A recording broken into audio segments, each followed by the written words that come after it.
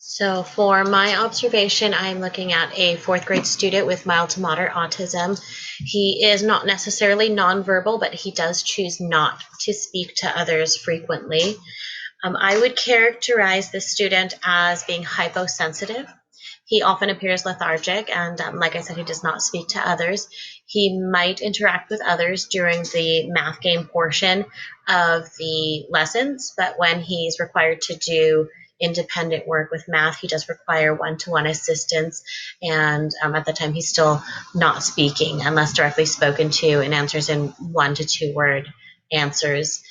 During phonics, he does pace the classroom in the back of the classroom, and I found that he is trying to be able to focus on what the lesson is, because after I've allowed him to pace, he was able to at least point to the correct words and the correct letters when I asked him, even though he's not verbalizing them. During writing, which is a very high anxiety task for him, he'll stim, characterized by jumping and flapping in the back of the class.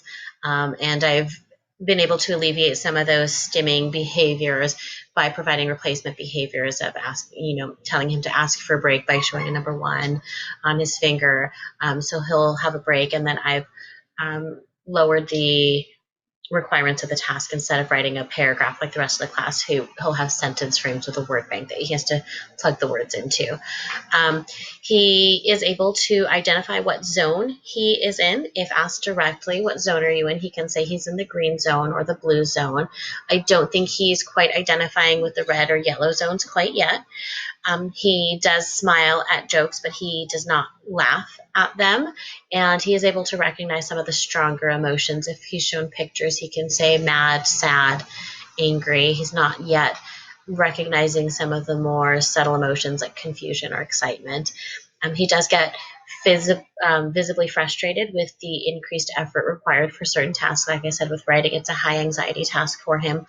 And a lot of the time he'll start to furrow his brows, he'll run his hands over his head repeatedly, and we've tried to provide him with replacement behaviors by giving him a stress ball to squeeze during those times.